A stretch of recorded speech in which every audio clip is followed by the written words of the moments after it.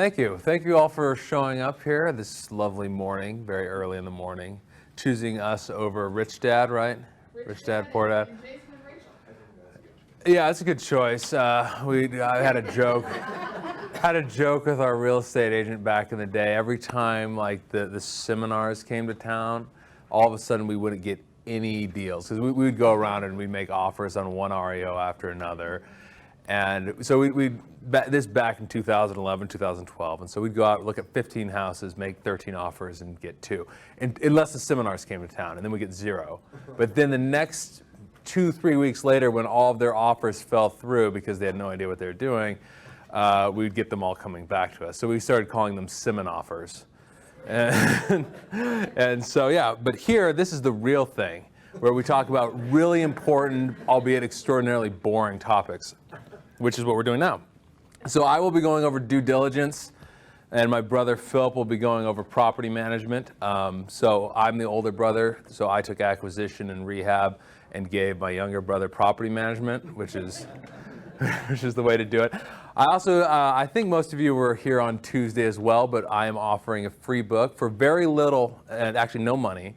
All you have to do, this book will be done probably June or July, and I'm sending out a hard copy. The only thing you need, a couple things. One, if you sign up on Tuesday, I've already got it. We'll probably send out the email Monday, Tuesday, Wednesday. But sign up on this sheet if you haven't.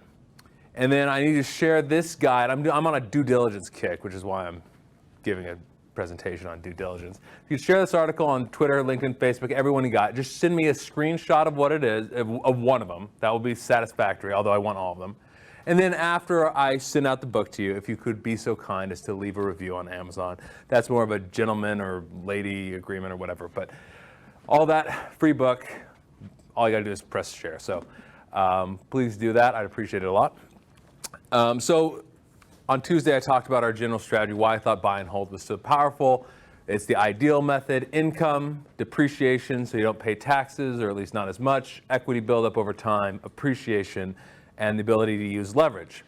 And of course, the reason that leverage is so powerful is because, so you buy a property, like in this case, you buy it for $80,000, its value is $100,000. You get a 75% loan, so it's $60,000. It goes up 5%.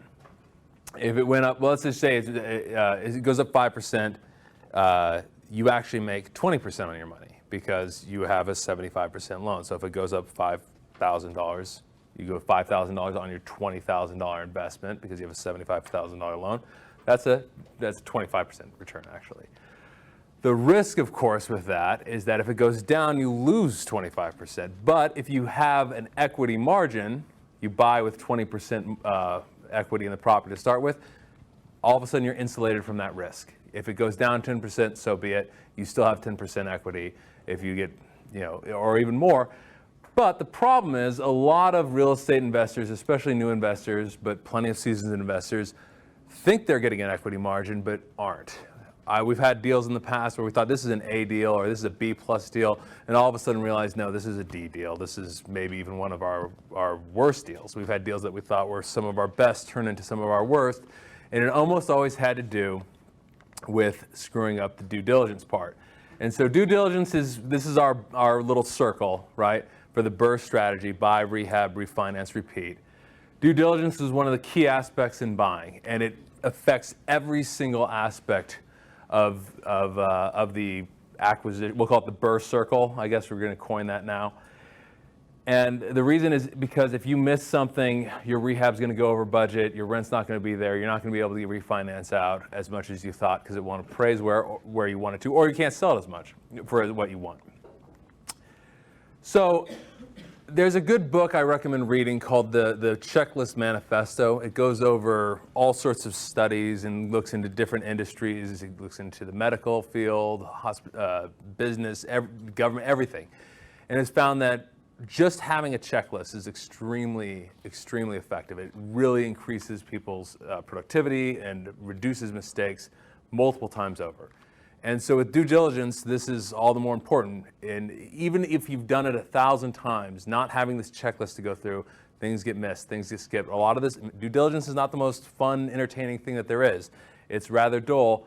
So having that checklist to go through is extremely important because while this is not the most fun part of real estate, it is possibly the most important. So the first part is the pre-offer due diligence. This is effectively your analysis, and that consists of analyzing the area, the value, and the financial estimate, and the rehab estimate. And then once you get under contract, we have the post-acceptance due diligence. And this consists of the physical due diligence, the financial due diligence, which is predominantly with apartments, commercial properties, and the rest, but is still a little bit with single-family houses and condos and the like. Legal due diligence and inspections. Then retrading, which is basically renegotiating the price if necessary, if it's called for. And finally, making your final decision. Are you going to go through with it, or are you going to walk away? So we're going to start with the area analysis. First thing with the area analysis is just asking experts or people who know who people have been doing this. So the best place to start is really in this group, in MAREI. Asking other investors, what do you think of this area? Have you had success in this area? Is this a hard area to rent in? Is it a hard area to sell in?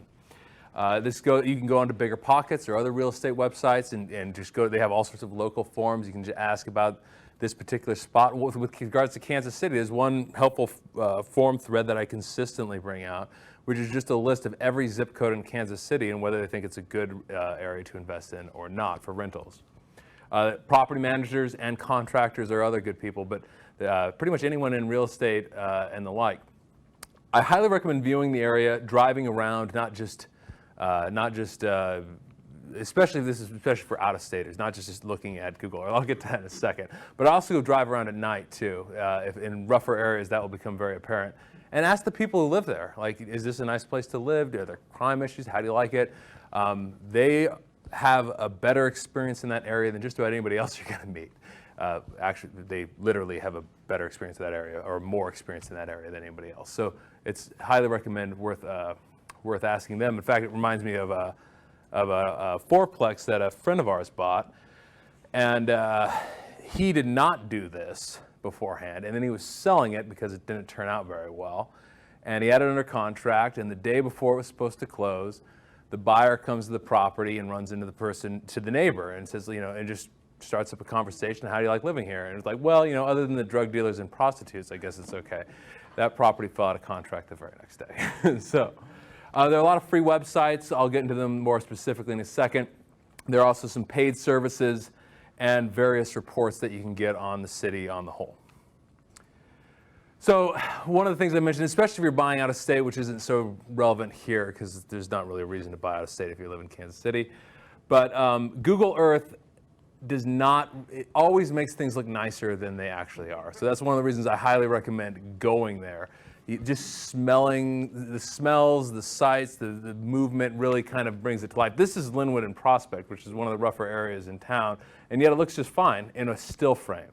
In fact, actually at this area, the area has improved, but this intersection in this movie, this was early 80s, post-apocalypse, post-nuclear apocalypse was filmed at Linwood and Prospect. So it's not, not exactly the best area, but Google Earth can make it look a lot nicer than it actually is. So the first part with free websites, and really anyone who's just getting started in real estate can really get everything they need out of free websites. The best one is citydata.org. And this one, my favorite part about it is the map feature, which actually goes down to the block group. So with regards to, if you're looking at a zip code, it can be somewhat deceiving. For example, our office is in zip code 64131, and this splits right between Waldo and Southtown. And Southtown, Waldo is a higher end area with lower crime than Southtown, but if you look at it 64131 on the whole, then it looks like you're getting a wrong view whichever side you're on. If you're on the Waldo side, it looks too bad. If you're on the Southtown side, it looks too good. So the zip codes can be helpful, but you need to look at them with caution when you're looking at demographics from zip codes. CLR search is, but yeah, you got all sort of median household income. There's pretty much everything but crime. Unfortunately, they don't have crime data in the city data map function. CLR search and Best Place both have good zip code data. This is CLR search crime data for Grandview, Missouri, for example. Property values, Zillow, Redfin, both of those sites have estimates. Truly it is not, but it has a lot of other information. This is a Zestimate. Always take this with a major grain of salt. It might be a good place to start, but I mean, they're taking in large aggregates. They don't, you know, when there are one area is across the tracks and that's a lot lower end than the other area, but it's right next door. They're not going to take that into account. They don't take into account the conditions. So be very careful with this estimate. Actually, just don't use it. That'd be a better way to go. Rental value. Rental meter is a decent place to start, but that's another one kind of like the Zestimate. Don't use it like this. You're just trying to get a broad view, because if you type in, like, I think it's $1,000 at this place, and you put it into rental meter, that becomes a comparable. And so it's just people guessing, kind of. Good place to start, but don't rely on it. My favorite is Craigslist, actually. You just go to Craigslist, go to its map feature, just look around your property. And so the main thing to know, look, you got to click on each one, because you don't want to compare the studio next door to the 4-bedroom house. You got to make sure you're comparing like to like, but just look all around it. You're only getting actives, but it's pretty much close enough. You're not getting like closed leases. We don't have that sort of data with residential properties, but it's still very helpful. Zillow also has stuff like that, so does Trulia. And rentranger.com does cost a little bit, but it does provide a very detailed rental report. And then there's some other sites. Greatschools.org is highly recommended. There's pretty much nothing that parents care more about when it comes to finding a place than finding somewhere in a good school district. Walk Score can be helpful to figure out how easy it is to walk around places in Kansas City. Unless you live on the plaza or downtown, you can't. Crime mapping, I'm not a huge fan of crime mapping sites. Kind of get a broad view of what's around it, but I do not think they include everything. Much better to get actual crime data. Anyway, this is from greatschools.org. Just you get breakdown on all sorts of the test scores, college success, etc. A lot of paid services. The MLS is the best, but you have to be a real estate agent to get access to the MLS. That being said, if you can get in touch with a investment-minded real estate agent, they can be very helpful in providing all sorts of comps, comparative market analysis, other data, etc. CoStar, if you're going to get into commercial real estate, they bought out LoopNet, so LoopNet is mostly just kind of I don't even know why it still exists really, but CoStar is pretty much necessary if you're going to be getting into commercial real estate. There's very geographic information systems like Argus are extremely detailed, but they do cost quite a bit of money. And there are a lot of reports, some of them are free, like Collier's offers an annual report on all of the major real estate industries out there. So you get office, industrial, multifamily. It gives you a report on how it's doing, how they think it will do. Marcus and Millichap has a report with regards to the economic environment in general. MLS reports are good. You can get them from a real estate agent or whatnot, but like the number of pending sales, how that's been going, days on market, you can go by area. The city has an economic development plan, and also I check the Kansas City Business News, the Kansas City Business Journal, I'm sorry, because one of the best things you want to look for is where the jobs are going. So this is just, if you're really getting into it, well actually let's go back to this one. The GIS, this is Argus. You can get crime data for block groups. You can get drive times from particular spots. You can get extremely detailed demographic information, but again, that costs quite a bit of money.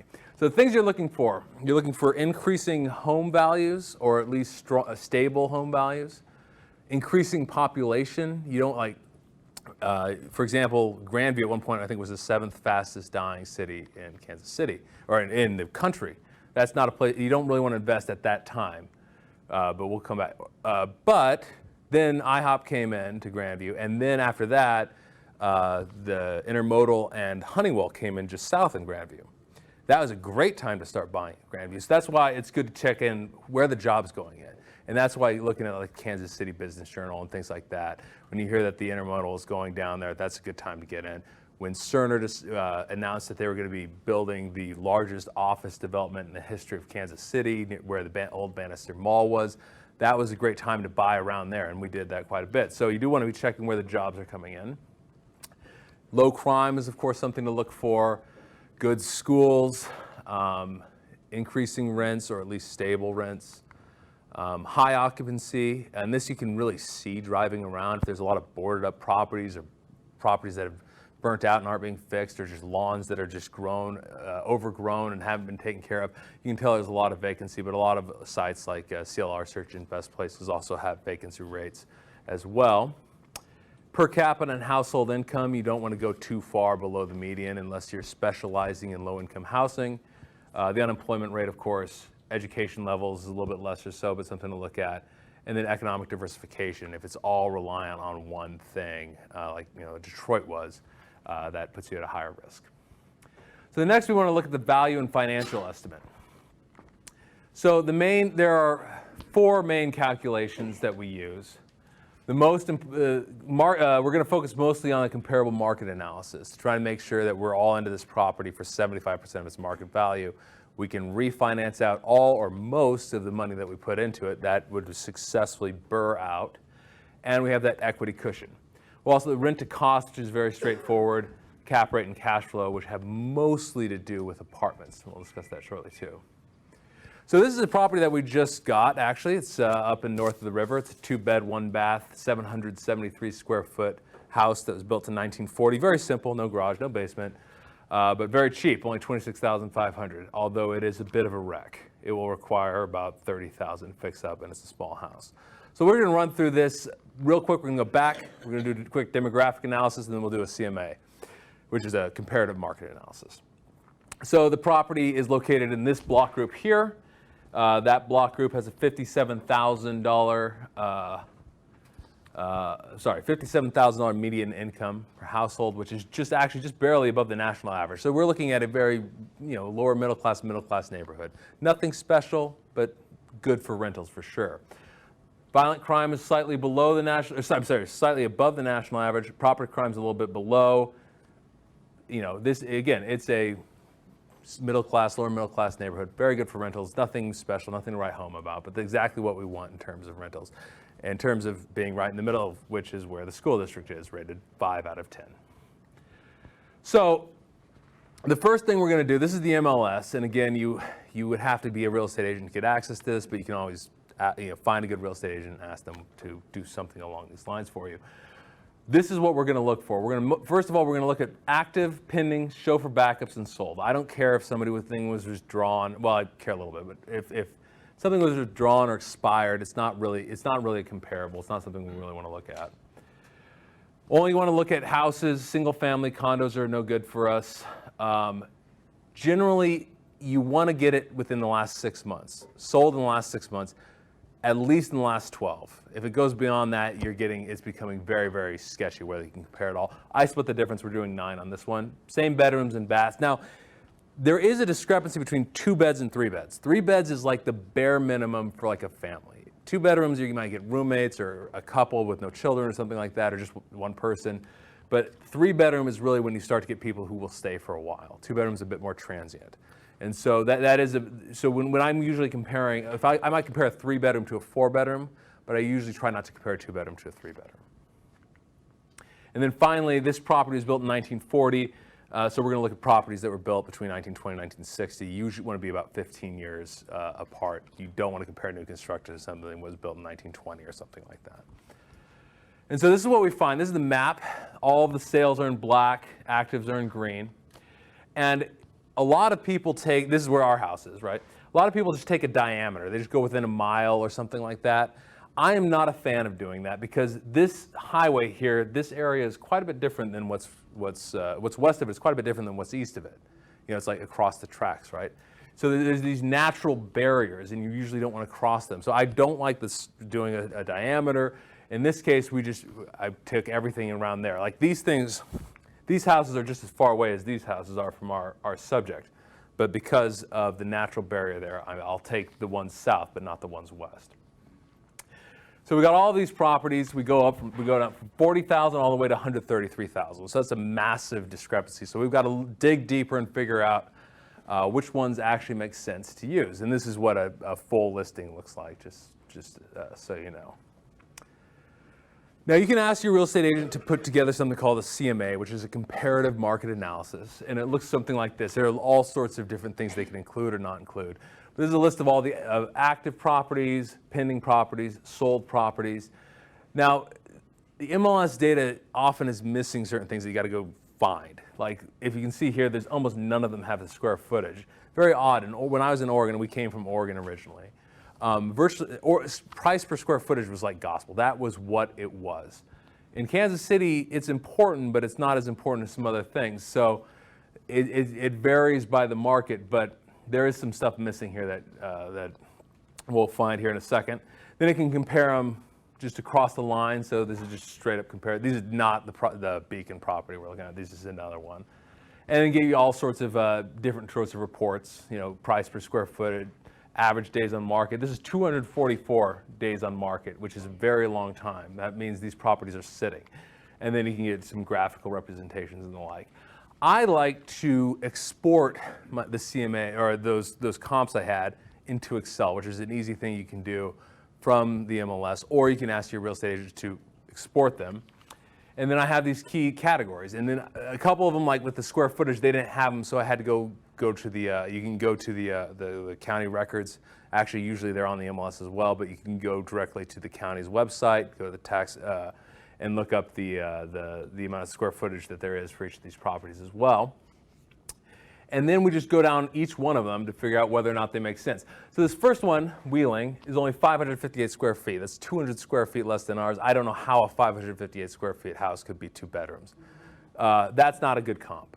This next one is a pretty solid comp though. And so is the one after that. So 44th and 45th are both solid comps, although they're both active. One's active, one's pending.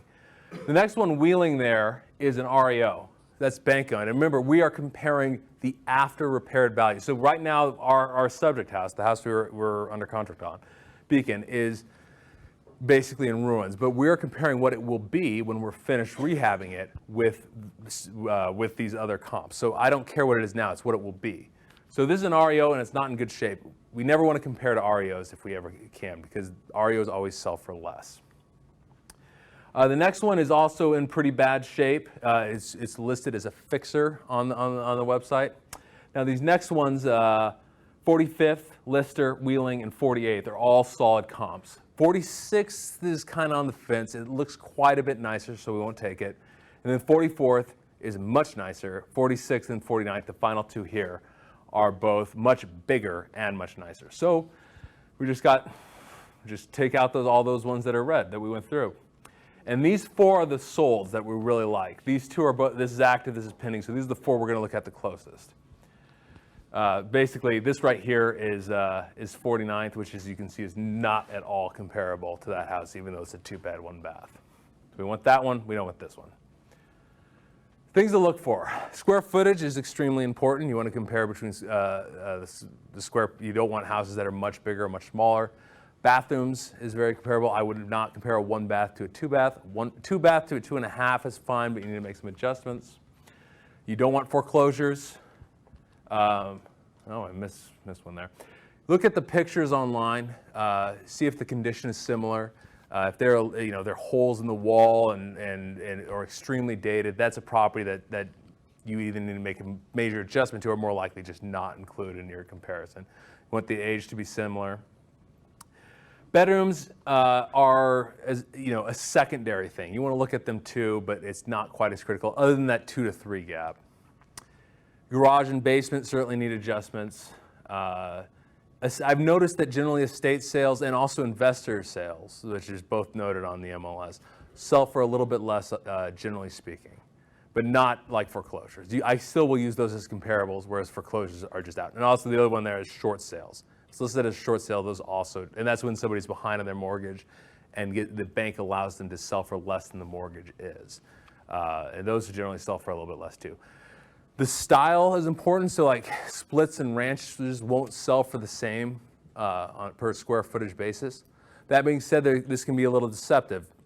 If you walk into a split level, you immediately have a staircase. One goes upstairs, one goes downstairs. If you go downstairs, you're usually a little bit underground, but only about like right there. Like the ground level's like right here. And you can look outside the window and all the rest of it. That is generally not considered above grade square footage. It's not included in the square footage. It's considered a finished basement, which is not really how most homeowners or most renters would think of it. And so that is not really a fair comparison. So you just need to take that in mind. Whereas it's like a ranch and and a split that had the same square footage, the ranch would sell for more. The split really has more square footage because it has this basically finished area that's not included because they consider it a finished basement, which is not, in my judgment, fair. You also want to look at the days on market.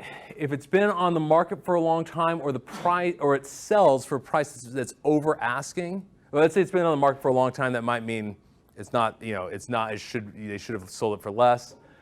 If it's been on the market for a very short time, it might be worth more, especially if it sells for more than asking. Like if there's some that are way off. If it listed for $50,000 and sold for $65,000, the people who are making offers on it probably are trying to get a good deal, and that's not a very good comp. The description, if it says something like buyer backed out or motivated seller, that probably means it's sold for less than there's something wrong with the property, or you should take that into account.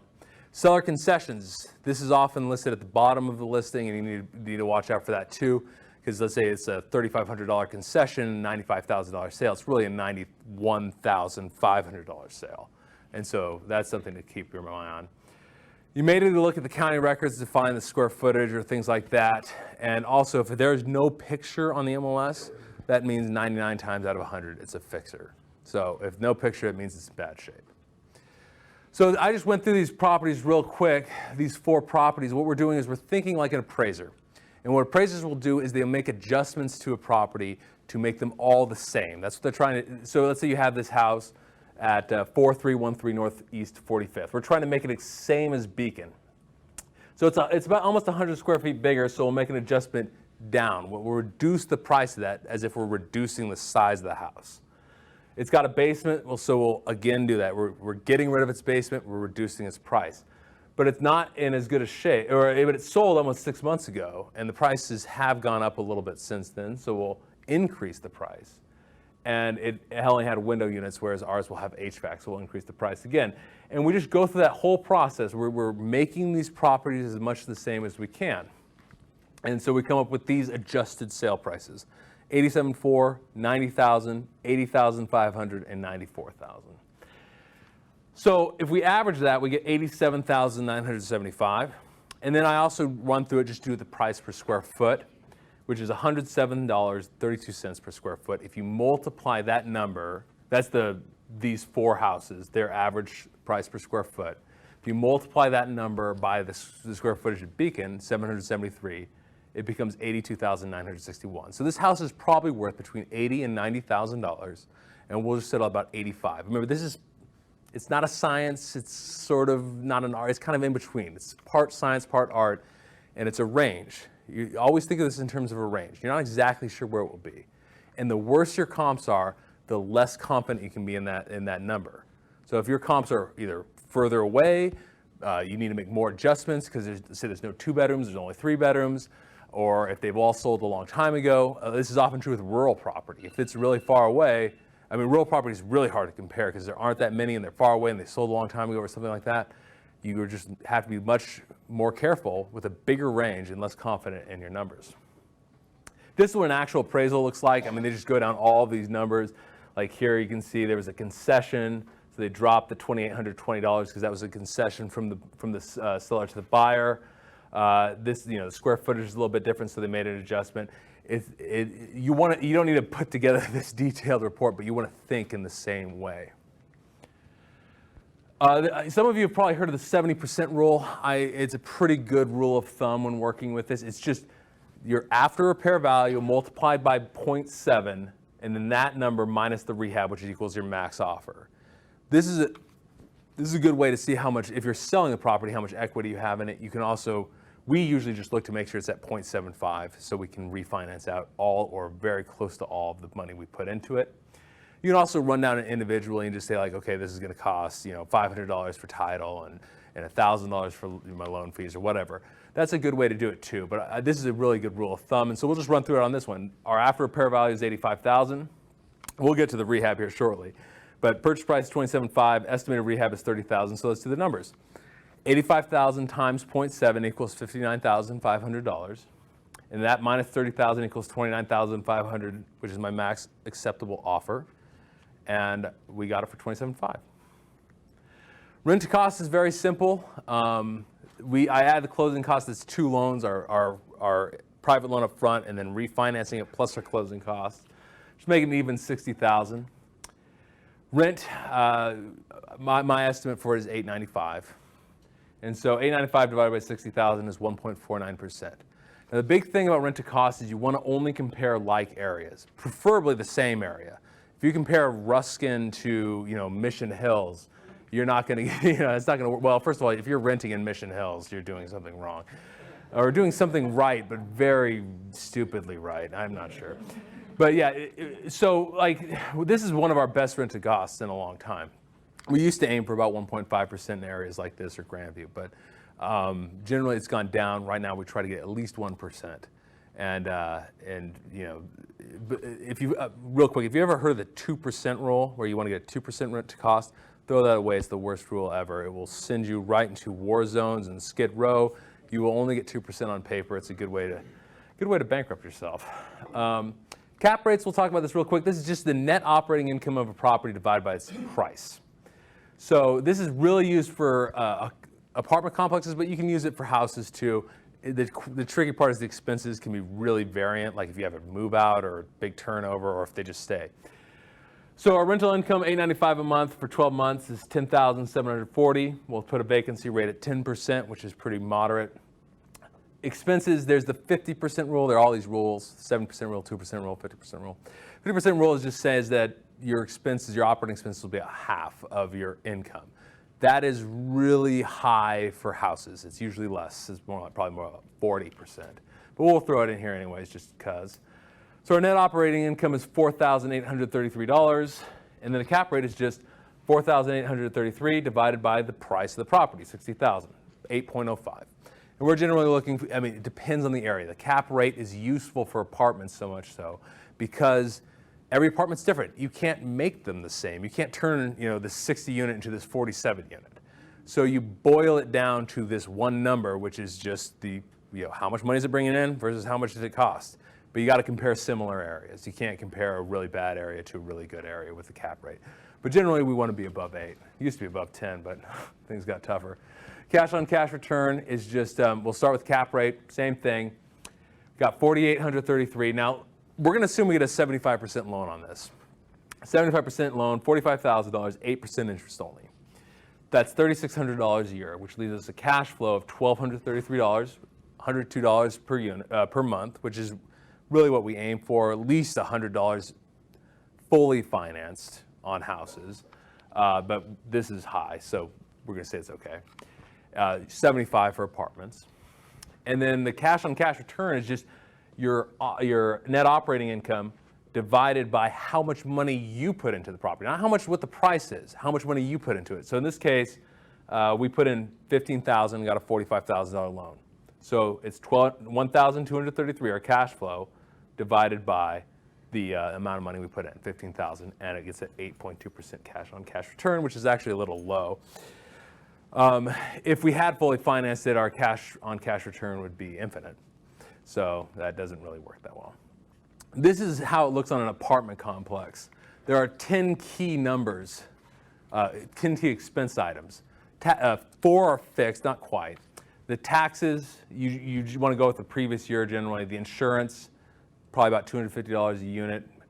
Utilities, go with the previous year. The management fee is about 10% unless there's on-site management. So if there's like a leasing agent, property manager who work at the property, then it's usually 4%, and you pay their salary.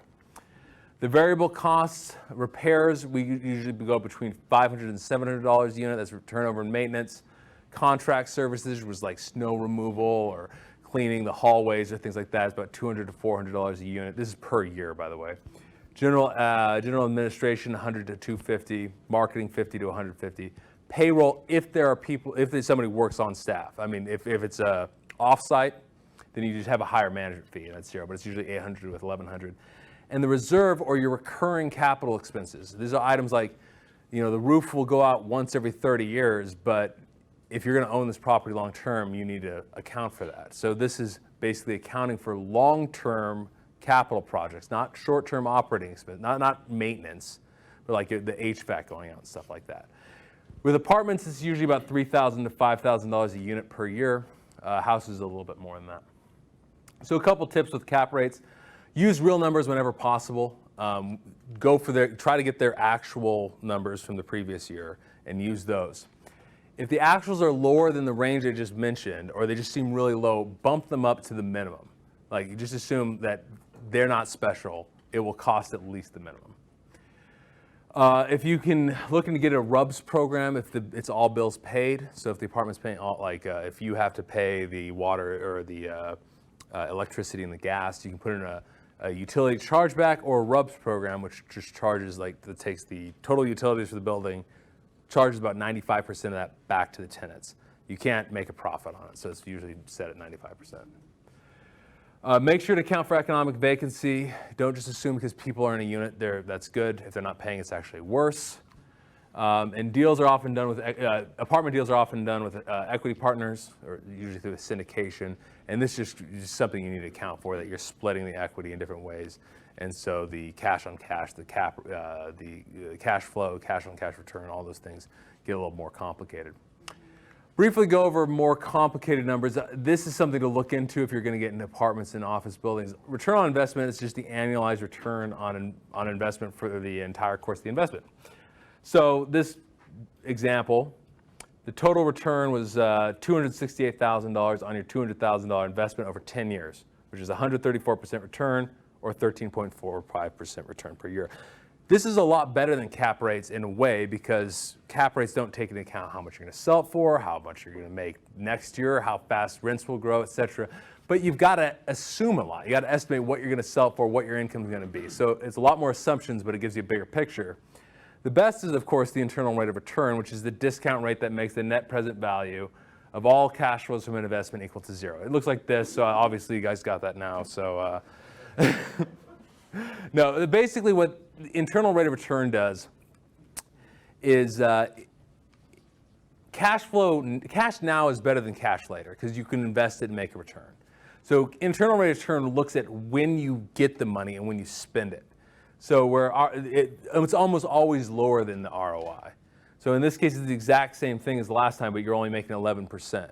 There are a lot of calculators for IRR. Again, it requires a lot of assumptions, but because it takes into account when that money is received and when it's paid, it gives you a fuller picture of what's happening. Again, this is usually only used for apartments, office buildings, and the like, rarely used for houses. So now we're going to move to the rehab estimate. Moving right along. So a couple quick tips before we get started. Don't spend too much time before you've got it under contract. You're going to be looking at a lot of properties. You don't need to spend 2 hours. Try to get it done in 10 minutes or so. Have a checklist. We'll go over that in a second. Take pictures if possible. You want something to reference. You don't want to go off your memory. Learn construction costs. We'll talk about that in a second. Don't be afraid to ask for help, other investors, ask contractors for bids. Don't abuse that. Like, ask a contractor to help go through a property, give you an idea of what's going on. You don't want to ask them over and over and over again. They're going to stop picking up your calls, but it's not a bad way to start. Don't forget your holding costs. A lot of people strangely do this.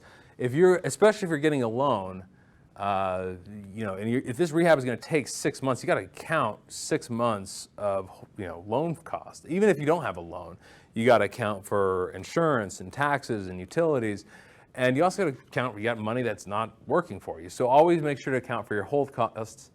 And I always add a contingency, and I would recommend everyone add a contingency. We put 20%.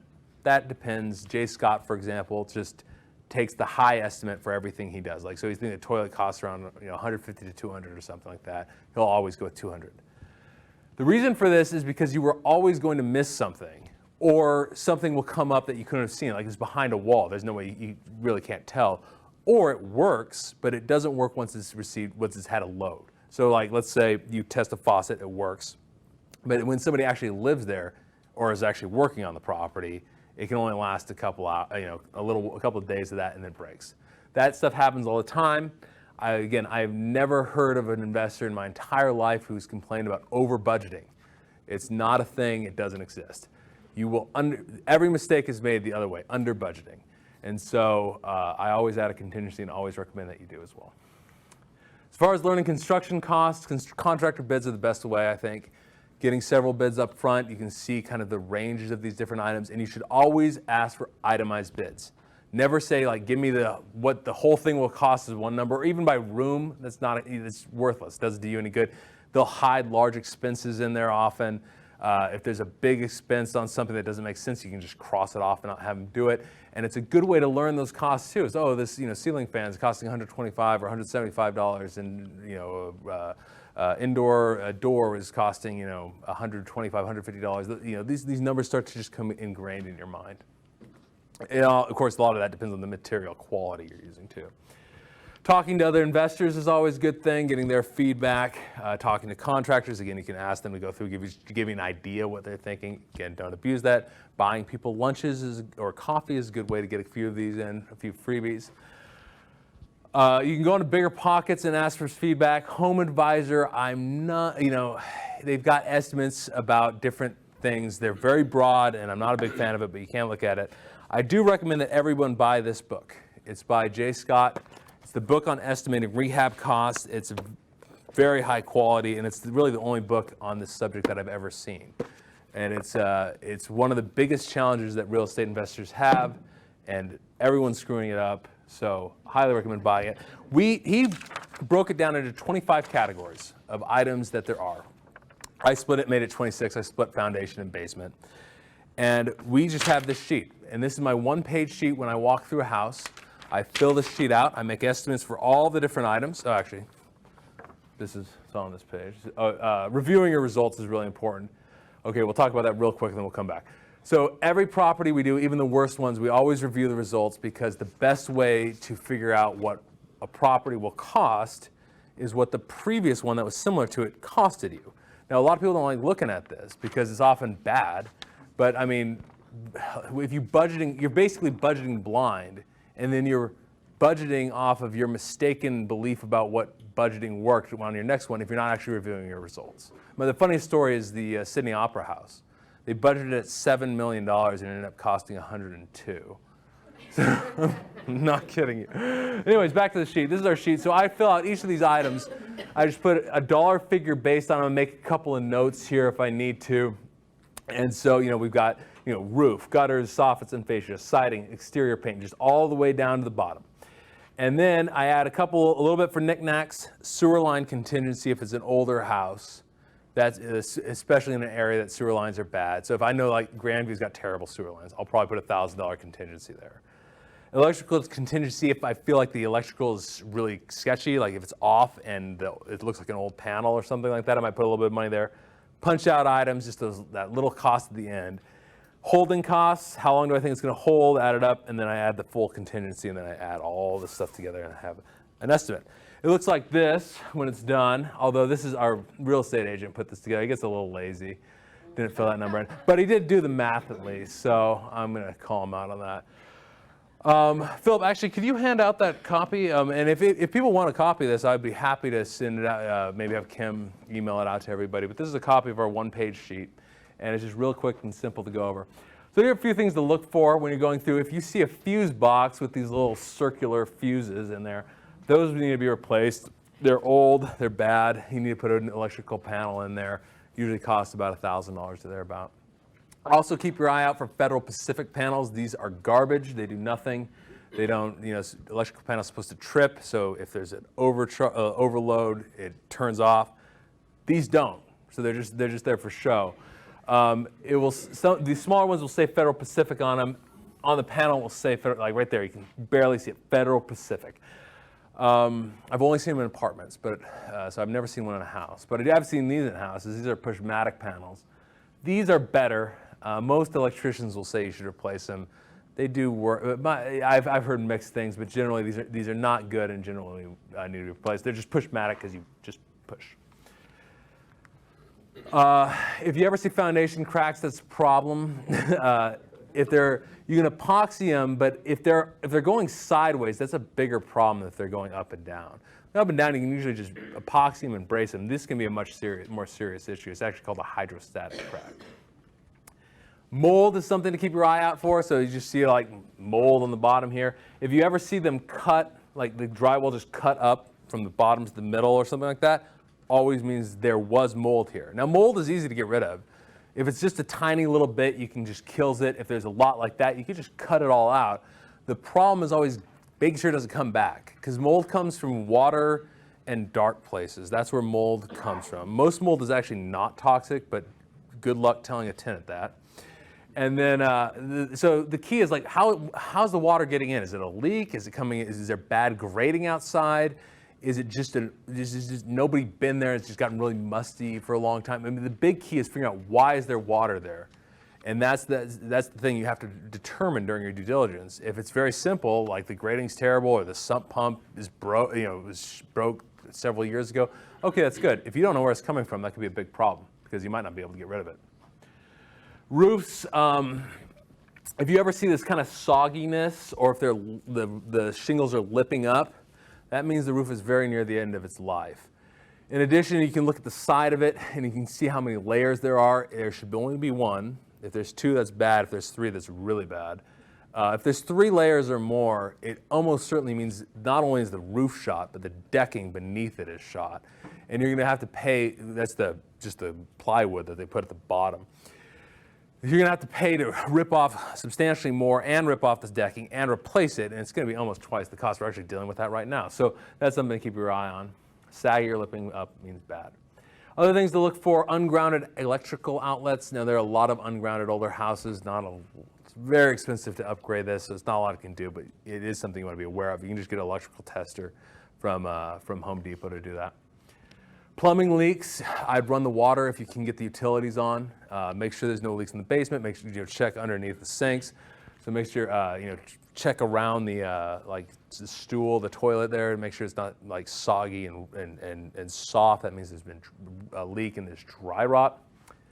Galvanized plumbing, it just looks like steel plumbing and it rusts. And so you can often just see it very, very rusty. Like it's very obvious. You can also, galvanized plumbing is not necessarily something you gotta get rid of, but you do need to make sure it's not been rusted, and that's, you test the water pressure. If there was very little water pressure, or if the water is brown, that means you need to replace the plumbing because it's galvanized. And then you also wanna take a good look at the furnace and the AC. They are expensive items, make sure they're not old, rusty, and if you can test them, it's good. Unfortunately, it's hard to test the AC in the summer, so. Okay, we're gonna move on. Now we've got the property under contract. We're going to start with the physical due diligence. First, a couple things about just contracts in general. If you have a realtor provided contract, that's great. If you don't, or if the seller provided it, make sure to check with an attorney about it. There will be an earnest money deposit. You got to put usually $1,000 for a house, usually 1% for an apartment or something like that. You have an inspection period, which is usually either 10 or 15 days for a house. Closing is in 30. Or for a larger property, apartment, office, industrial, it'll usually be 30 days, and the closing will be in 60. And that's an important date because once that date has been hit, your earnest money is hard and you can no longer get it refunded. And so you close dates, you cannot, even still, most sellers want to sell. So if you like for our part, when we do a larger, well, actually with anything we do, we always put in the agreement, or at least we ask for it. I don't think we had a single person turn us down on it, for the ability to buy an extension. So we can put down more earnest money. We're not paying anymore. We just put down another earnest money payment. We get another 15 or 30 days. Just in case a loan doesn't come through or something like that, we don't want to put our earnest money at risk. And then contingencies and access. I'd always make sure that you have access in the they will give you access in the contract. And the most likely contingency is a financing contingency. Some sellers will have problems with that. But if you put it in a financing contingency, you're unable to get financing, you can still get your earnest money back even after the inspection period is gone. But a lot of sellers will have problems with that contingency. All right, so physical due diligence, you might not have been able to get the utilities on for your original walkthrough, especially if it's bank-owned property, but you really want to try to get them on for your physical due diligence. Spend a long time. This will take at least an hour. You want to be very, very thorough. Again, have a checklist. Write legibly because you're going to be transcribing this, and take lots of pictures. Like we take a picture of every item. Most of our scopes of work have 100 to 300 line items. And so, yeah, and we take a picture for almost every single thing. Like if we're replacing a vent cover, we'll take a picture of it just so the contractor knows exactly what it is we're asking them to do. Note what you need a professional inspection for. I'd say with every new investor, you want to get at least a property inspection, but if there's something else in particular, a specialist you want to look at, something, make sure to note that. Don't be afraid to go back. It's okay to be a pest to the seller. If you've missed something, go back. And walk every unit. If it's an apartment complex, it doesn't matter if it's 100 units. If you asked, oh, well, I'll just only see every other one, which ones do you think they're going to show you? The good ones or the bad ones? So, yeah. So walk every unit every time. This is what our scope of work worksheet looks like. It's 6 pages long. It's every single item. Like this is the lot, landscaping, tree trimming, grading. I just say yes, it needs it, doesn't need it, make some comments. If there's other items, go through here. And this just goes through the whole property. It goes to, kitchen, bathroom 1, bathroom 2, living room, bedroom 1, bedroom 2. We can share this document as well. But let's do an example. So we're doing a scope of work. This is a property we bought a couple of years ago. Let's do some audience interaction here. So here's the first, we're looking at the outside, we're writing our sheet up. Anyway, and what items do we need to write on the sheet? Siding, right here? Okay. What's that? Right, this crack right here, you see? Okay. Anything else? Possibly the strange shaped front door. That's a window, actually. The front door is a little bit over to the left. There, no gutters, no gutters. So, first one, we need to insulate this, put the siding up, trim, and paint the trim. Fix the fascia board. This needs a fascia board right here for the gutter to go onto. Bark mulch and landscaping, make it look nice. Gutter and a downspout, and tuck point the brick facade. Okay, what about this one right here?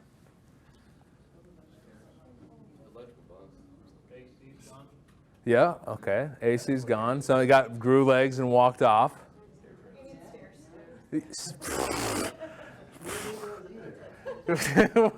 what gutters? It's an adventure to get up there.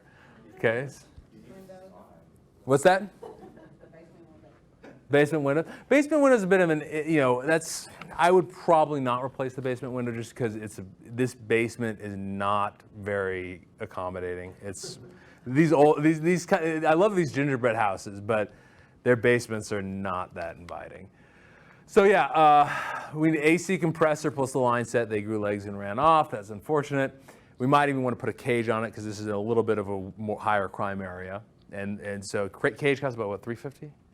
Yeah, that's about $350. You put a cage on it, and it's not impenetrable, but you don't have to make your stuff. You just need to make it harder to steal than your neighbors. And I should have said, cut that, okay. You need steps for the stairs unless you want to have an adventure. And spindles and rail, this is pretty open and not very great, so you need to do that. Cable box where it's broken, and then replace the rotten piece of trim and paint to match. So right here, this is rotten. It's hard to see that. Now the thing is, touch-up paint is really tough, but you can just paint this entire board, and it just has to be close. If you've got different, the trim and the body, and there's different, that's something to keep in mind, ways to not paint everything if you're doing touch-up. Okay, what about this one? This is my favorite, I think.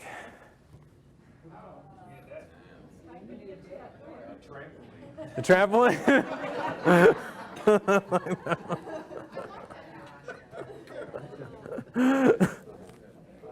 So we got a trampoline. We definitely could use that.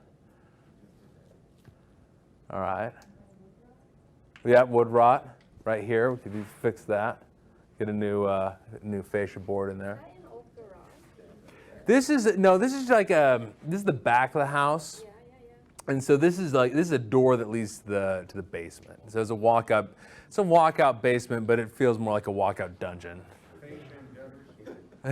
Oh yeah, fascia. I didn't even see that. You're missing the gutter right there. Yeah. So we could use a deck. And so that's what a deck. Repair that trim board right there. Add stairs to the deck. Add spindles, rails, and stain the deck, and then repaint and repair the door to the basement. This is pretty roughed up. You can see it's kind of the paint is starting to peel off, so we want to repaint that. All right, let's move inside the house. This is the only time I've ever seen this problem. I don't know if anyone spot it. And I've probably been inside 2,000 houses maybe, and this is the only one I've ever seen this. No outlets. There is an outlet right here, but it's old. Sure, we're gonna want to replace that.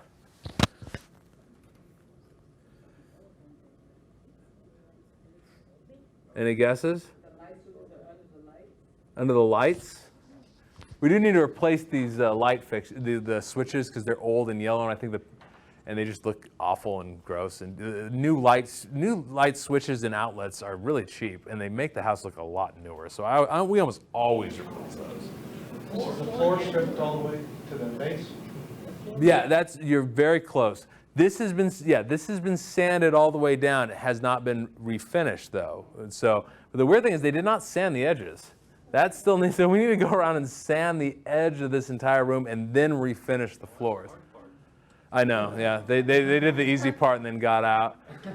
Well, actually, I think we bought this in bank, so they did the easy part and then got foreclosed on. So, but sand the edges of the floors only, and then buff and stain them, clean the walls, possibly a little bit of touch-up paint. Touch-up paint is really, really tough. So, if you can save it, that's good because I mean, how much? We have one guy who can kind of do it more or less. 1.5, and then new outlets and covers. Okay, kitchen. Aren't those some cabinets right there? Sorry, I'm getting a little fuzzy here.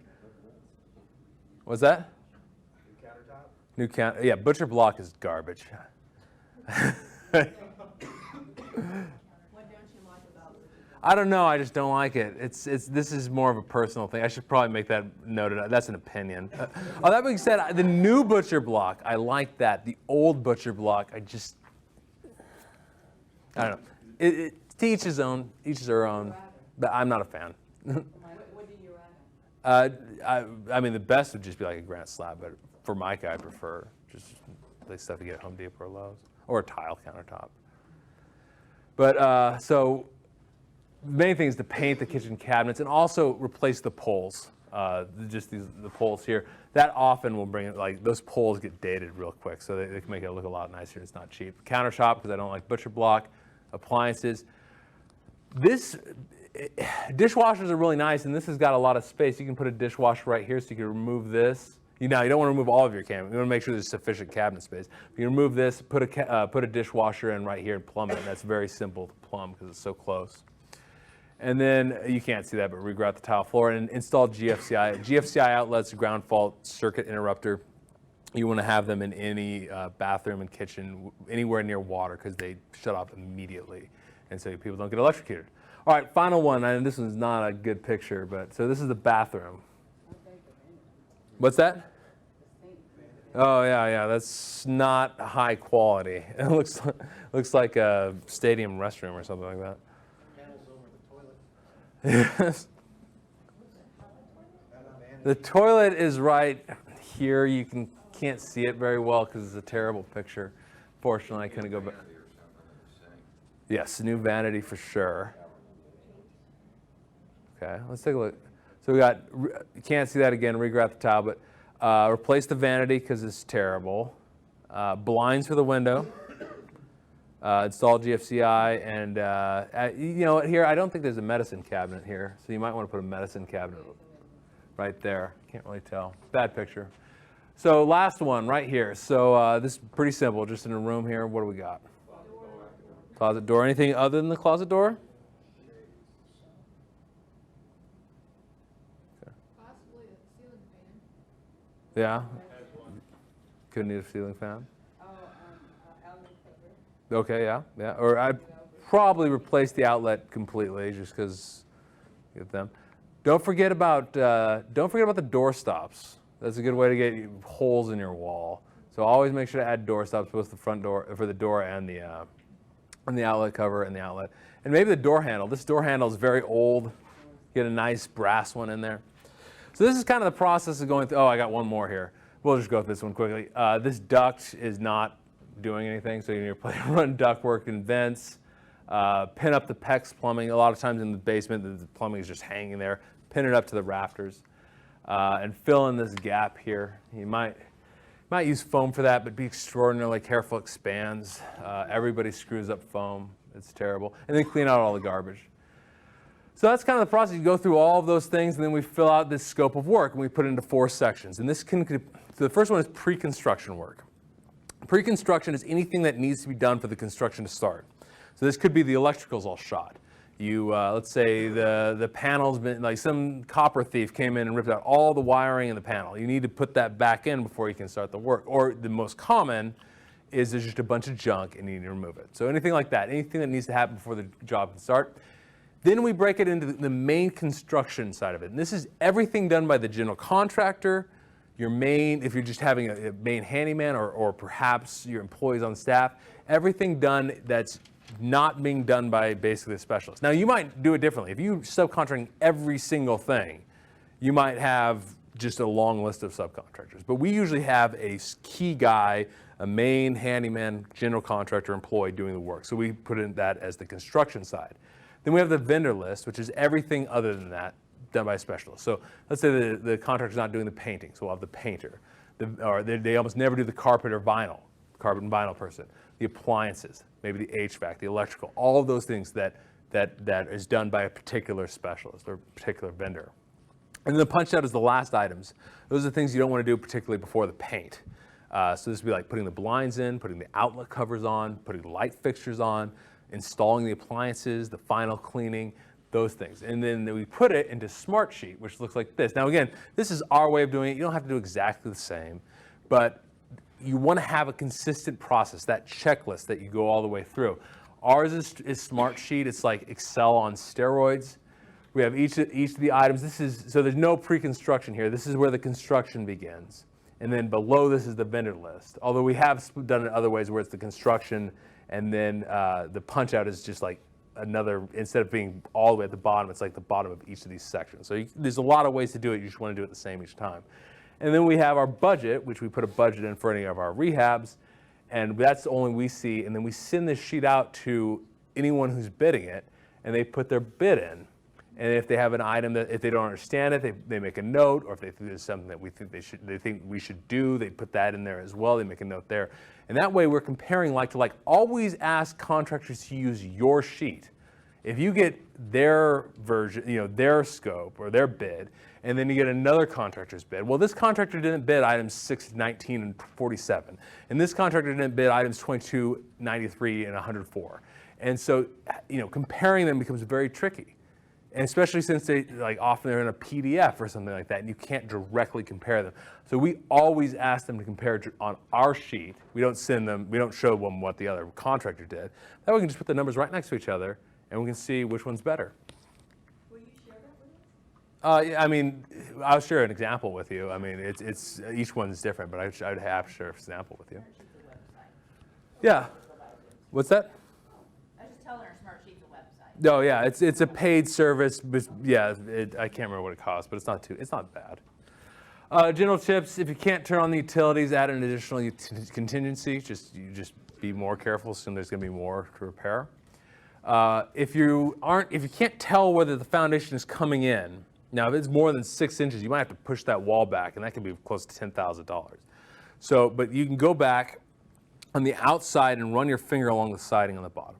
If it goes to it should go about to your second knuckle, and if it goes any further, that means the wall is starting to move in. And you can also just feel like if you're going along it and then it starts to go more and more and more, that means the wall is moving in. So that's a way to check the foundation wall from the outside. Generally don't finish the garage or attic. It doesn't make sense. Almost never finish basements because most basements get water in them. We're going to talk about that in a second. And with the exception, that's a section of a quick finish. We like to do a quick basement finish, which is really, we just paint the floor this gray color with oil-based paint so it doesn't scuff off, and paint the walls white, and that's it. And it looks kind of finished, especially if it's a walkout basement or a well-lit basement. And often appraisers will give us that on the appraisal. It's a finished basement, even though it's very cheap and we're not doing much. But do not spend a lot of money in a basement. You will not get it back out of the house. So for example, this is how we learned this. This is the house we had. My original budget was $34,000, and I made about every mistake you could possibly make. So for some reason, I only put a $1,000 contingency in instead of 20%. I had no holding cost. I don't know why. I don't know. The cabinets were unsalvageable. I thought I could paint them. It was, I could have figured this out if I just spent a little bit longer, but it wasn't there long enough. The plumbing in the basement seemed to work. It turned on, but it didn't drain very well because there was no fall. All the plumbing just went straight across, so we had to redo that. The electrical also mostly didn't rework in this we'll call it the dungeon, the finished dungeon.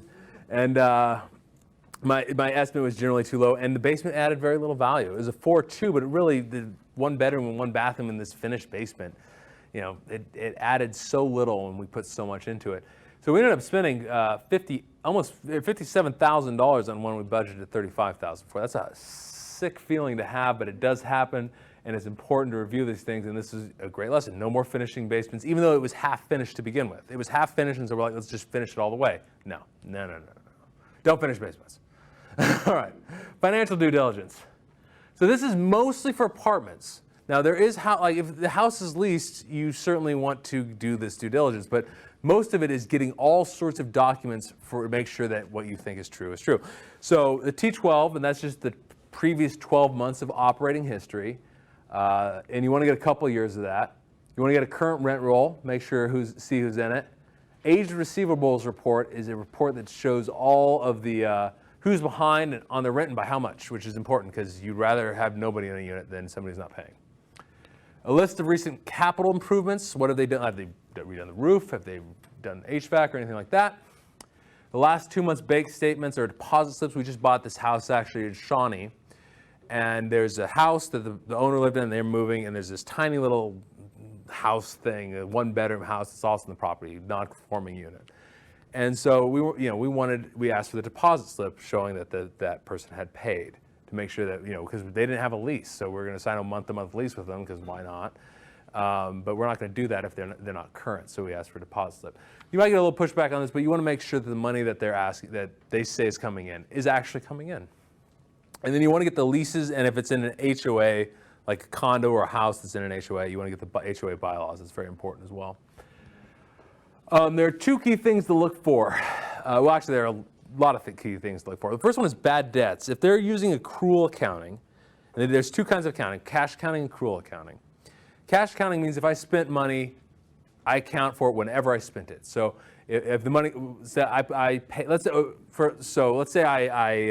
recarpeting this room. We recarpet this room in March.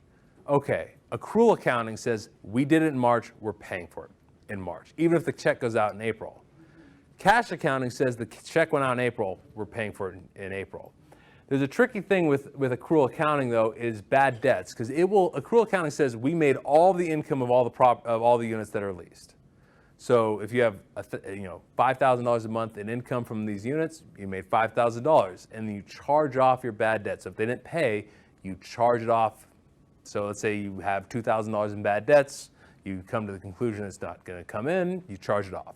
If they haven't charged off those bad debts, it can look a lot better than it actually is. You need to make sure you know whether or not they have bad debts that need to be charged off. The worst one is misallocated capital expenses. So capital expenses are things that on items that are going to last longer than a year. So your furnace, your AC, your roof, your foundation, things like this. Those are things that last over a year. That being said, a lot of landlords or owners, particularly if they're trying to make their books look good, will capitalize just about anything. They'll capitalize, I've seen carpets capitalized, turnovers capitalized, all sorts of things capitalized. In addition, you need to kind of remember that if you're going to be owning something long term, capital expenses on that property going forward are a recurring capital expense. They're a replacement reserve. If you're buying it and immediately doing an upgrade, yeah, that's a capital expense and you're just putting it on your balance sheet. It's not on your operating statement. It's not something that you evaluate like that's how well the property does year after year. But if you're just looking like you replace the furnace you replace one furnace every year, so we capitalize it. Well, if you know every year you're replacing a furnace, that is a reoccurring expense, and you need to be aware of that. So you need to know how much they're spending on capital expenses and making a decision on whether or not that belongs on the operating statement.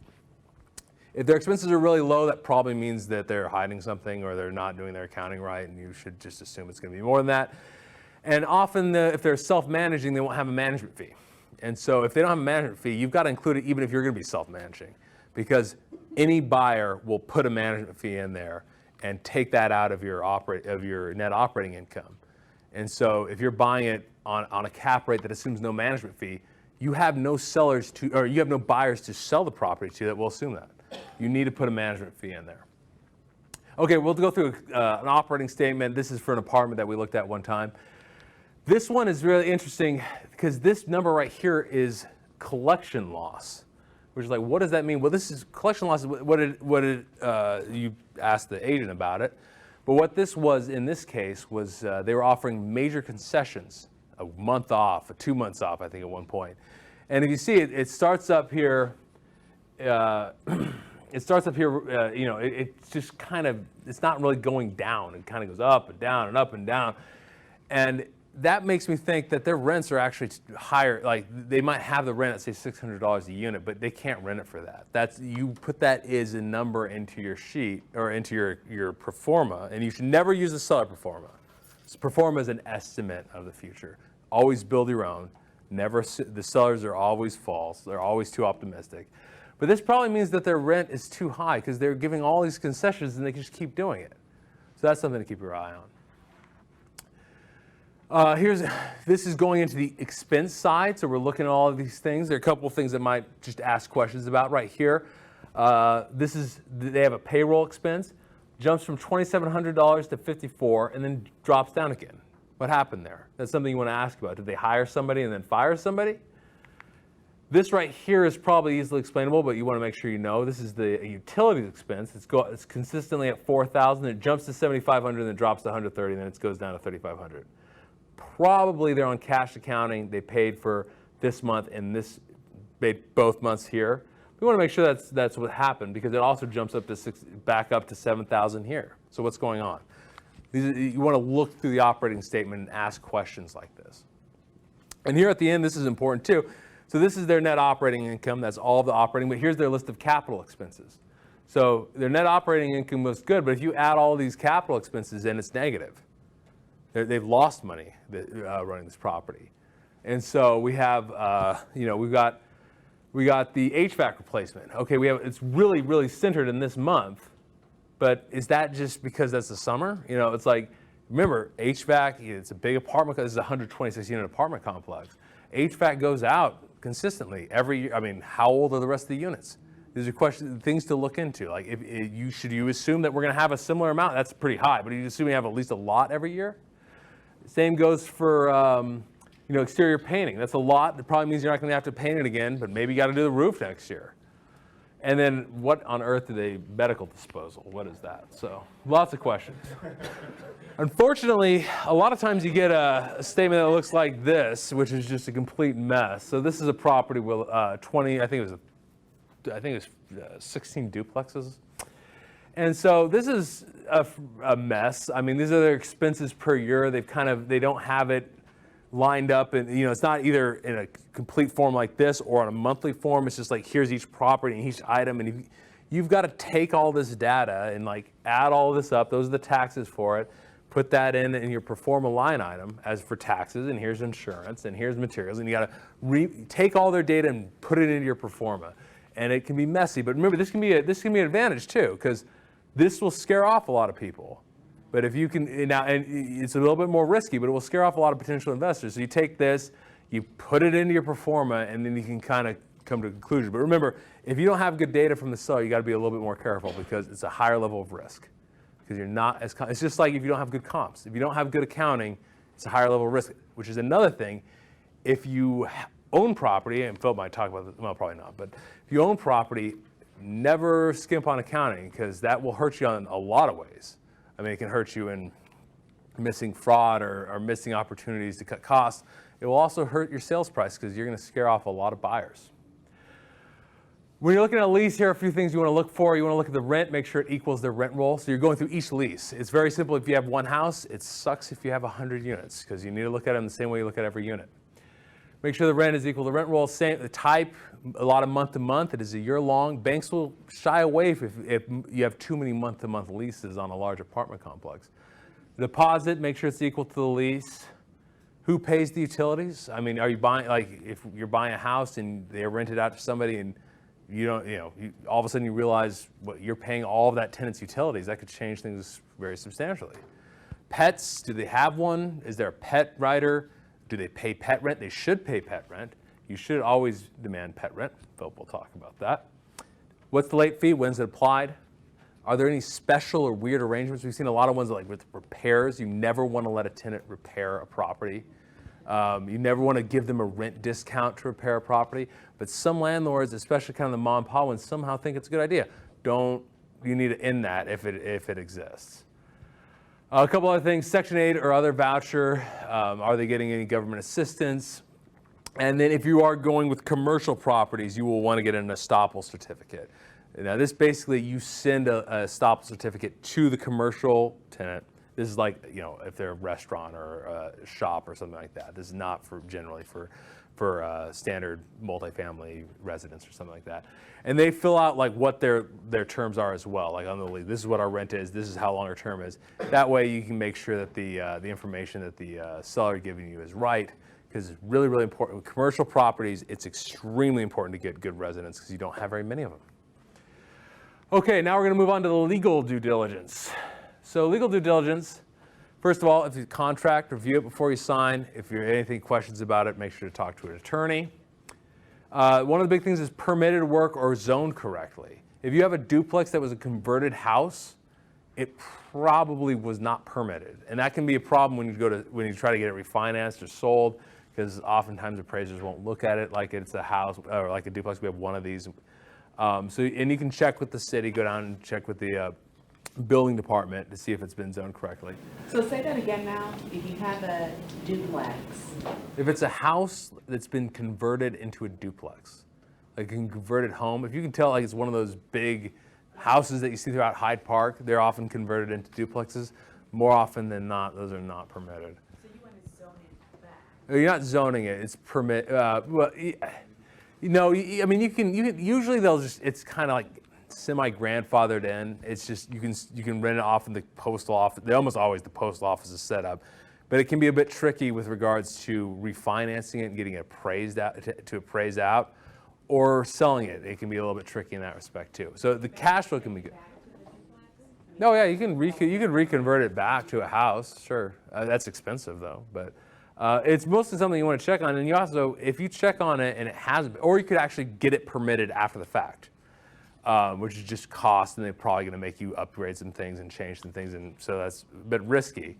But you can use that as a negotiation if you're buying it. Like, hey, this was never permitted. Maybe need a discount on that. Legal non-conforming, I'll talk about that a little bit more in a second. Easements or boundaries, usually this is not a problem. Easements are things like, somebody gets an easement so they can, they have a driveway. If, say, there's no way to get to their house other than through your property, or the utility company will get an easement for an electrical pole or something like that. We have one house, actually the one I mentioned earlier, with that little outhouse, a small house, which was looked from the zoning map like it was right on the boundary. Now there's a fence there, and surveys can be fairly expensive, so we decided not to get it. But there might be situations where you want to verify where the easements are or where the boundaries are, and that's when you get a surveyor. If you ever have an HOA, particularly with condos, you're definitely going to want to request the bylaws. Verify it can be rented. We bought condos before that could not be rented because the bylaws said they couldn't. Verify the HOA fee is what you thought it was. Make sure, go through the other rules, make sure they are what you think they are. Make sure they have sufficient working capital. In this, you might not be able to get their balance sheet, but at least ask what it is. You can walk around. There's one property near the plaza, this condo we were looking at buying. Condos are not great investments, but every once in a while they're good. And we saw that, like, okay, there's lots of vacant units, there's tons of work to be done on this property. They're going to charge us a special assessment. And this means if they need money to do work on the property and you're in an HOA, especially if you're in a condo association, they just charge everybody in that association a special assessment. It could be thousands of dollars to do whatever capital improvement to the building is necessary if they don't have the money on hand. So that's something you got to be careful of, because your numbers might look great until they throw that special assessment your way. And then title company. If you're closing a property, unless you're in a state with a lawyer, anyways, either title company or lawyer, you always close with them, and the exceptions to that are absolutely none ever. always close with a title company. They have title insurance, so any problems with title, if they find a lien from 30 years ago that they missed, they pay for it and you don't. But if you buy a house without title insurance or anything, or without title work, it's got an $80,000 loan on it, that $80,000 loan is yours now. So this is an example of a legal non-conforming unit. This is the one I just mentioned. So this is a nice little house in Shawnee, and this is a complete turd. And so I went online and went to the Johnston County's website to see if I could find anything. The house, they've got information on the house. It's a little 600 square foot house, but it doesn't say anything about whether it was permitted, whether it's allowed to be there. So I called them and they said, yes, it is legal non-conforming. As long as it's rented, you can stay rented, but if it goes vacant for 12 months, you cannot rent it again. Well, we don't think that's going to be a problem. It's just an extra unit, it's extra income. That makes sense to us. That's what we wanted it to be. But that's the situation you might come across. Okay, inspections. So these are the types of inspections. The big one is property inspection, just a general property inspection. There's some special add-ons like doing an inspection for lead or asbestos or radon. Lead, they outlawed lead in paint in 1978, but if it's before then, there's a likelihood it has lead paint. It's not the end of the world if it does, but it probably does if it's pre-1978. Termite inspections, we have an example that'll go through in a bit. Sewer line inspections. I always, with any house older than really 40 years, sometimes in cases even 30 years, especially in areas like Grandview where there's terrible soil, we always get a sewer line inspection. We want to see if there's roots piled up throughout this line or whether there's offsets, and like you basically sewer line inspection, they stick a camera on a hose down this line and you see that there's major offset in the pipe or whether there's roots coming through or anything like that, or whether you just have a septic tank, in which case you don't want to get a septic tank inspection. And in a lot of places, most places throughout Kansas City, you cannot replace a septic tank. If it's shot, you need to tie into the sewer and they charge you a load fee, which can be very expensive. So if you have a septic tank that's shot, that probably kills the deal. Or you need a major discount. Roof inspections, phase one, which is an environmental inspection, and you only get it on a large apartment or office building. And then Alta survey, which is if you have a question about boundaries or easements. So should you get an inspection if you're a newbie or just getting started? Yes, always. I'd always get an inspection. Still you get things like this. So here you'll have like minor siding rot noted in the front of the house, paint peeling, north end. So just little items like this, and it just goes through each major system in the house: the exterior siding, the interior siding, the HVAC, the electrical. You should always get one of those. If you're a seasoned investor, I'd say it depends. If there's ever a large purchase, absolutely. If there's anything you're unsure about, yes. If you're buying in volume, maybe not. We don't usually get inspections on a house we're buying. We've been through a lot of them. We do thorough inspections ourselves, so we usually don't. But inspections, or a couple notes here. One, schedule them early because you've only got your inspection period. You only got about 15 days for a house, sometimes 10. So schedule them quickly, get on it. Some of them are busy. You may need to follow up, like if you have a property inspector look at something like this, the electrical, this is bad splices, it says you should put in a junction box. You got a lot of issues like this, you might want to have an electrician, a specialist in it, look at it. So you might need to follow up on that property inspection, another reason to schedule early. Be there for the inspection. I highly recommend it, especially the sewer line inspection. Every plumbers and the like, and they usually cost about $200 to get a sewer line inspection. They always, shockingly, lean towards replace it. And a sewer line can cost $3,500 to $5,000, even more if it's under a lot of concrete, like if it's under a driveway or something like that to get to it. So, if there's just some roots in the line, whatever, just just snake it out. But some contractors might be like, oh, you need to replace it. And so you want to be there for it, or have somebody you trust be there for it. But inspections are fantastic for retrading, because it's much easier to believe a professional than you. If you say, I think this, the electrical panel is not any good. You're the buyer. Of course you're going to say that. Everything's not good and you want a lower price on everything.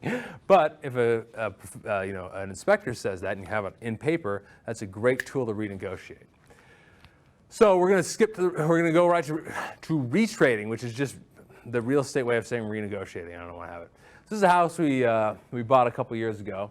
And the walkthrough shows signs of termite damage. These mud tunnels you can see here is termites. If you ever see these little mud, these weird little discolorations, these little tunnels that go along the wall, that's termites. This right here is textbook termites. This entire joist is shot. and there was a lot of that throughout the basement. So we found that when we walked through, we had an inspector take a look at it. We had it under contract for 45. We asked for a retrade of 3,500. They immediately accepted, so I should have asked for more, but it is what it is. Got it for 41,500.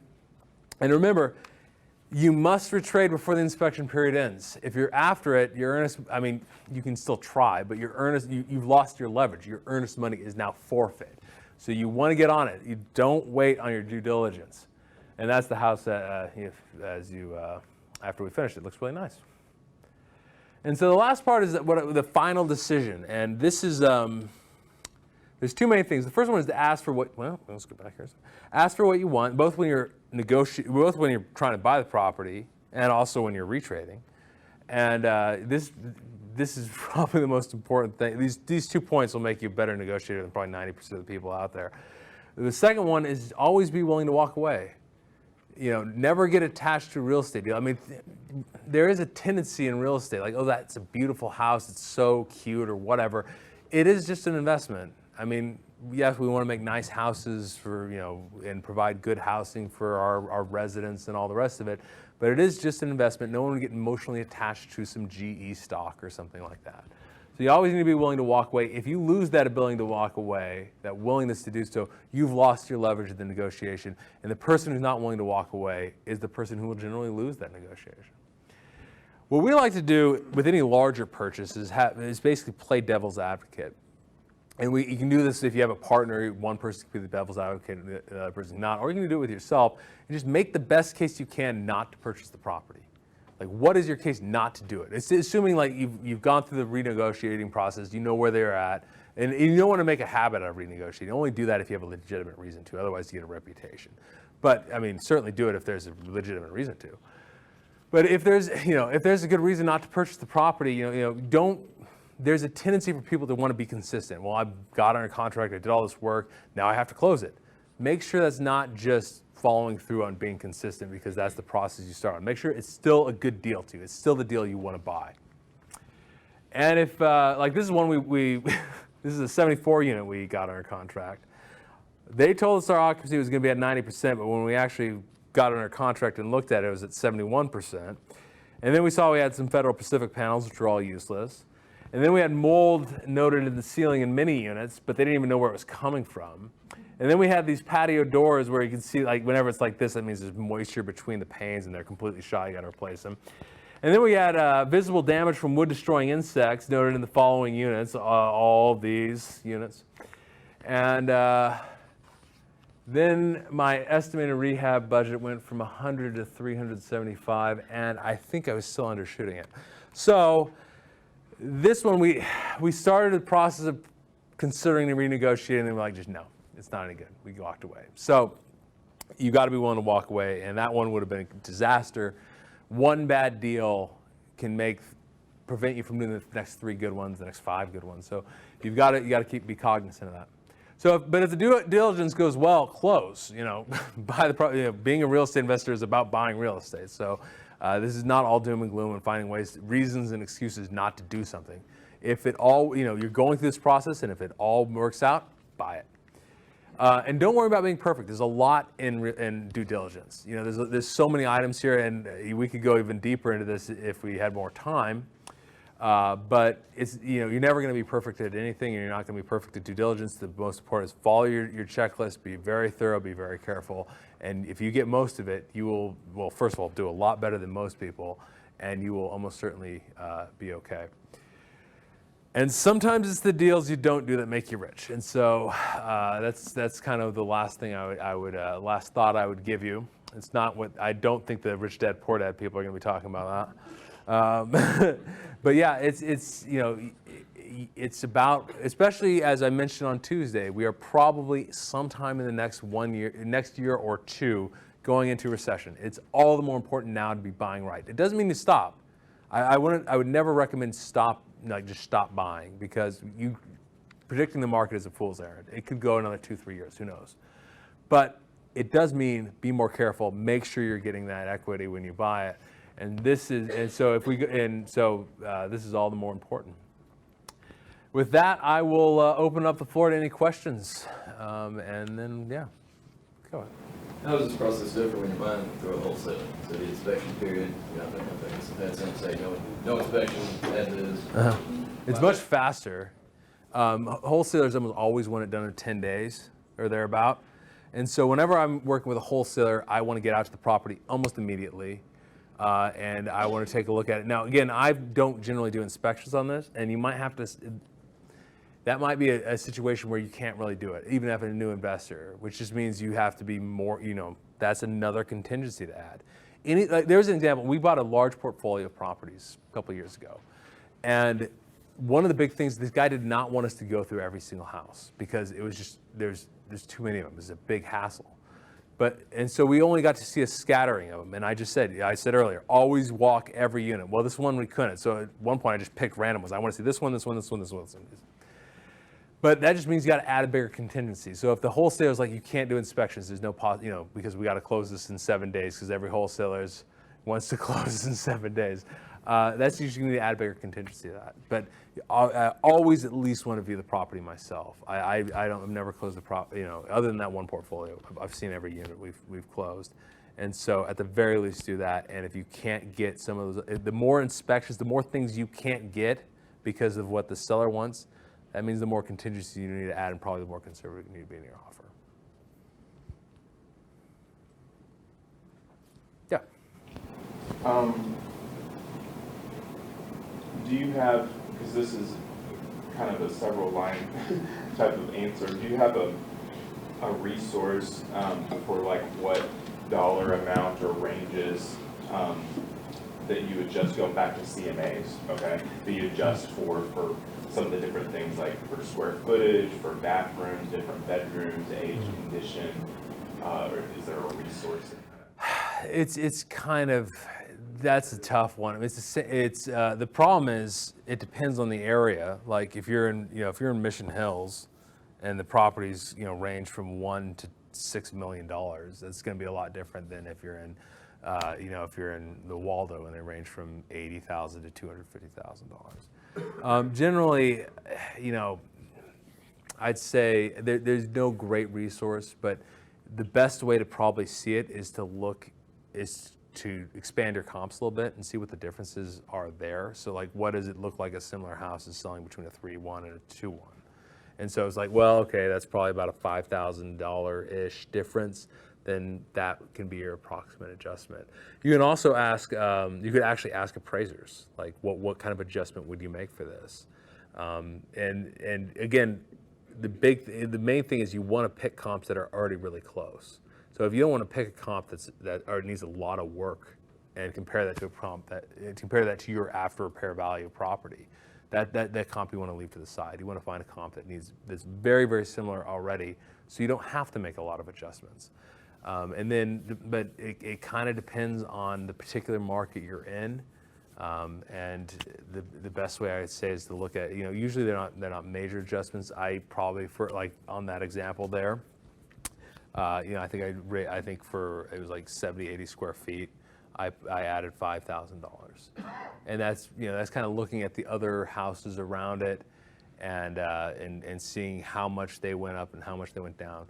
And of course, I kind of double check that by just comparing it to the square footage for any of the really similar comps. So I'm sorry there's not a great answer to that question, but I have just called up appraisers that have done properties for them and asked them questions like that before. So that's another option you could do.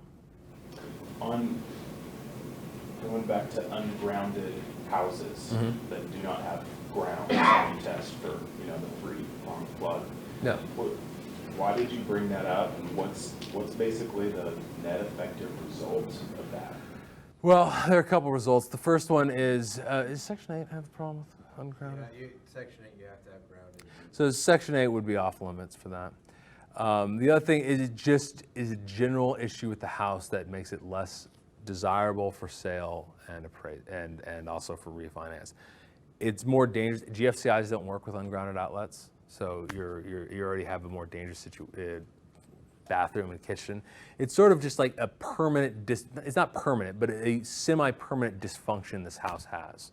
There's other things like older properties that have plaster and lath instead of drywall. That is always trickier to patch and not as good overall. And it's just kind of the issue with the house that's there, because rewiring a house is extremely challenging. The one thing I didn't mention was knob and tube wiring. If you see that in a basement, that's a big fire hazard, and you should just replace that. But with regards to ungrounded, it's really probably not worth it. I just have one update. We don't do this, so I'm not 100% certain, but I believe if you have two-prong outlets, Section 8 will allow to pass an inspection if all your outlets are two-prong and not grounded, I believe. But residents don't like two-prong outlets because you can't plug anything into them. So it's kind of, one way or the other, you kind of have an issue there. So I'm not 100% certain on that, but I believe that's one way to get a Section 8 inspection passed.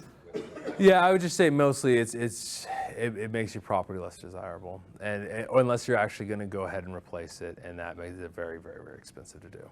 I can confirm what Philip was saying, because I had that in one of my rental properties. Had a three-prong outlet, but it wasn't grounded, so they just never put a two-prong outlet into that. But then, yeah, then your tenants don't like it, yeah. That kind of raises a question of complying with current code, and at what point do your renovations fall into that? Well, pretty much, I mean, if you're changing the property structurally in any way, if you're, let's say, adding a new part of the building or converting a garage or something like that, that all needs to be upgraded. If the property were to burn and you need to replace part of it, that's all needs to be upgraded. But if it's just like the code change, the property was built in 1950 and the code changed in 1970, it's grandfathered in. So you don't need to change it as it is until you make a major structural adjustment to it. And that wouldn't include painting it. That doesn't include changing the carpet. That doesn't include, light fixtures or anything that's sort of aesthetic to it. It really has to do with structural changes. It wouldn't even change, like if you added a closet, that's not going to change it. But if you're moving walls around, then okay, now you're moving. If you're basically going to a place where you need to permit something, that's when they start demanding you start upgrading things. Yeah, so a specific question about the GFCI on ungrounded houses. So how much would it cost to simply add what's needed for GFCIs in like kitchen and bathroom? Basically, grounding a GFCI in the bathroom. It just depends on how easy it is to get access to the basement. I mean, it could be fairly easy. You can just run the ground wire up, and then tie the ground wire off to some pipe going down or something like that. It really depends on how much access you have to. We have done that once or twice, I think. But it just depends. Like if it's in a crawl space, it could be very difficult. If it's a slab, it could be almost impossible. If it's an open basement, it could be fairly on a 1 story. It could be fairly simple. If it's 2 or 3 stories, it could be very difficult. So it depends. So it sounds like you haven't done that. We have done that a couple times, but usually not, because usually it's like in a crawl space or it's a 2-story or something like that. Is there any liability on you as a housing provider that you'd like to add GFCI, or like for you, what's the reason? Well, I mean, making the property safer is always a good thing. But if you get insurance on a property, it will cover it as it is, unless you do something. Unless, a lot of these there are a lot of old properties in Kansas City. There are a lot of old properties that don't have, that aren't grounded. If you have them, you should always insure your properties, and you should always, get sufficient liability insurance in case something like that happens, and that should cover you. I have a little to add to that. I mean, there are some properties that don't have outlets and bathrooms or things like that, and that just is a terrible way to live in a bathroom these days. Everybody needs electricity for all sorts of things, shavers or hair curlers or whatever. So just making it more livable, passing Section 8 inspections, you can't have an outlet next to the water. I mean, you don't want to have an outlet next to the water anyways. So just for livability reasons, increasing rent, basically making residents like the house so they want to stay is a big reason to just make it livable. I mean, sometimes it's not worth the cost, but generally we try to make sure they have some access to electricity in the bathroom. So. Any other questions? I was curious, I realize you're filming the event here. I was curious if there's any way that tapes would be available for sale or for. I mean, if you want to buy them, I'd be happy to sell them to you. But we're just gonna post them on YouTube. We're just gonna post them on YouTube sometime the next. Yeah, at the end of my presentation, I'll kind of show you where to, at least to find the one of what I'm doing, and I'm sure we'll lead you to where Andy is. But again, it's hard to take the notes to hang it, Yeah. off, you know. Yeah, I'm sorry about that. I speak fast. I had problems with I've had some people who like to speak at a more normal pace, and but anyways, yes, they will be on YouTube probably in the next month or so. I don't know. I don't know when exactly, but I'll show you guys how to figure out when they're going to be. Right, not complaining. I mean, I like the fast pace, this, that, and the other. It's just hard to take notes and comprehend it all. You know, No, I understand. So if I could cross-reference it, it would help, you know. Yeah, absolutely. No, I appreciate Okay, it. there's probably some others here that feel the same way. Am I speaking too fast? It's too late now. I can't go back. You watch it at 0.75 speed. Well, it's about 10:45 almost. It's probably a good time. We take a little break and start at 11. 15 minutes, yeah. Probably gather back at 11. That's probably about when I'll get started talking about property management stuff. Yeah, so we switch up from due diligence to property management. Weird mix, but it's like it's what we're interested in right now. All right. Thanks, guys.